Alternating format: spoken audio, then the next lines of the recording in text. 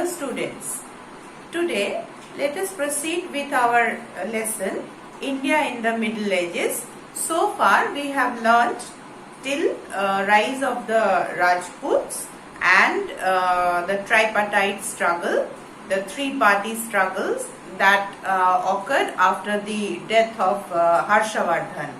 Now let us move on. Let us learn about the history of ancient Bengal. Now Bengal in ancient time was mostly known as Gauda, and the present Malda Murshidabad area, that was known as Gauda, and this was ruled by, we have already learnt, one of the greatest rivals of Harshavardhan, a very powerful king, Shashanka. Now Shashanka was very powerful. He had a rivalry with Harshavardhan, a long-standing rivalry with Harshavardhan, but he ruled Bengal or Gauda very efficiently. He had made Karnasuvarna his capital, and it is said that he was a tolerant ruler, but some of the historians say that no, he was not tolerant towards the Buddhists and Jains. So moreover, Shashanka's rule was quite efficient, and he was a very powerful king. Now after the death of Shashanka, there rose the kingdoms of two dynasties. First was Pala dynasty and the second one was Sena dynasty. Now Pala dynasty, after the death of Shashanka, for over 100 years, there was a lawlessness in the area of Bengal. There was no law and order. The situation was very chaotic. It was anarchical. That means the powerful people dominated the weaker people, or the rich people dominated the poor people. There was no such peace and security in Bengal.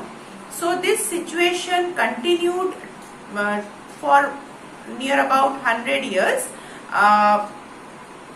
This powerful people dominating over the weak people, weaker class in the society. This situation in politics is known as Matsya Nyaya. Matsya in Sanskrit means fish, and Nyaya means rules or laws. So law of fish or rules of fish, that the big fish eats up the small fish, it is the same thing that had occurred after the death of Shashanka in Bengal, when there was a situation of anarchy, chaos, lawlessness. So this came to be known as Matsya Nyaya. This continued for near about 100 years, and it ended when people of Bengal elected Gopala as their ruler.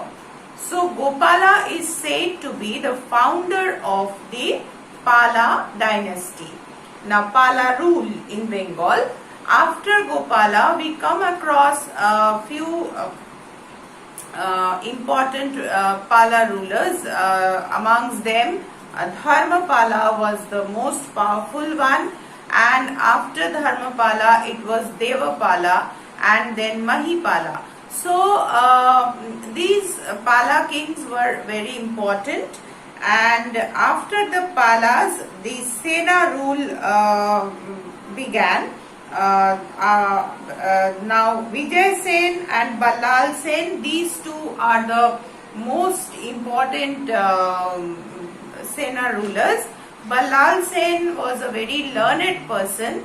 He had written many books like Dana Sagara, Adbhut Sagara, and he introduced the Kulin system that means the superior condition for the Brahmins in the society. So the Senas and Palas and the life in the Pala and Sena, the life of people, mostly they lived in the villages, and they were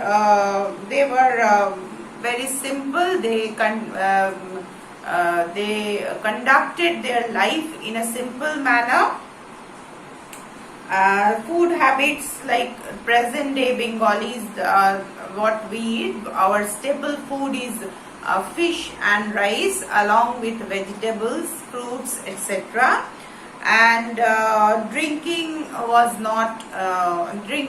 alcohol was not allowed, and people used to amuse themselves by playing chess, dancing, singing, acting, etc. And they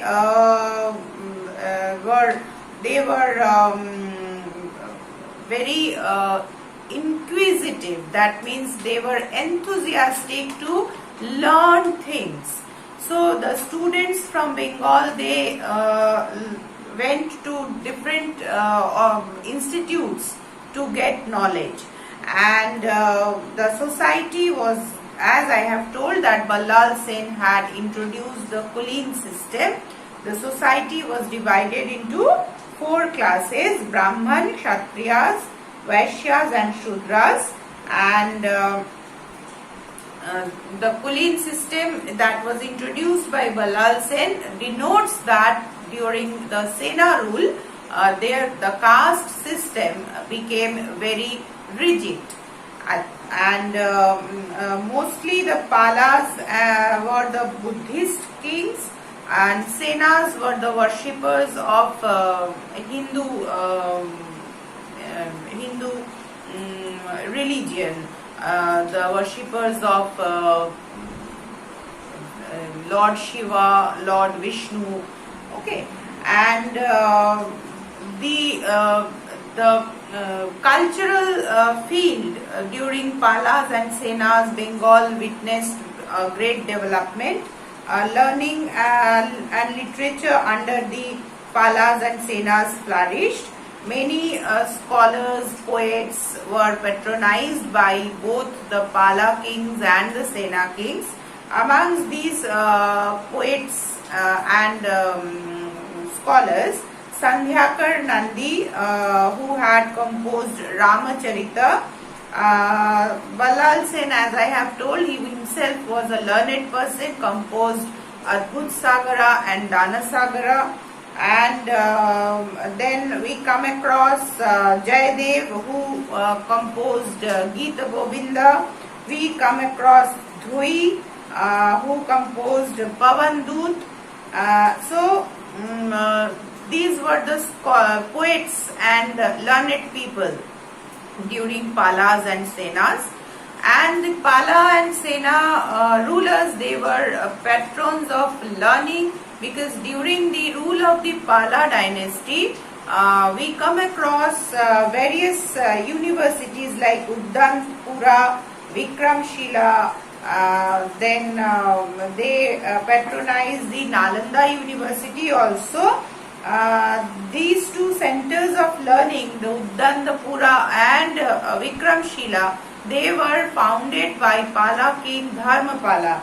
And the scholars like Sheela Rakshit, Atisha Dipankara, they were the scholars of Uddanpura Mahavihara or university. And Jina Rakshit, Rahul Bhadra, they were the teachers at Vikramshila Mahavihara. So next we will be learning about the southern India, condition of ancient southern India.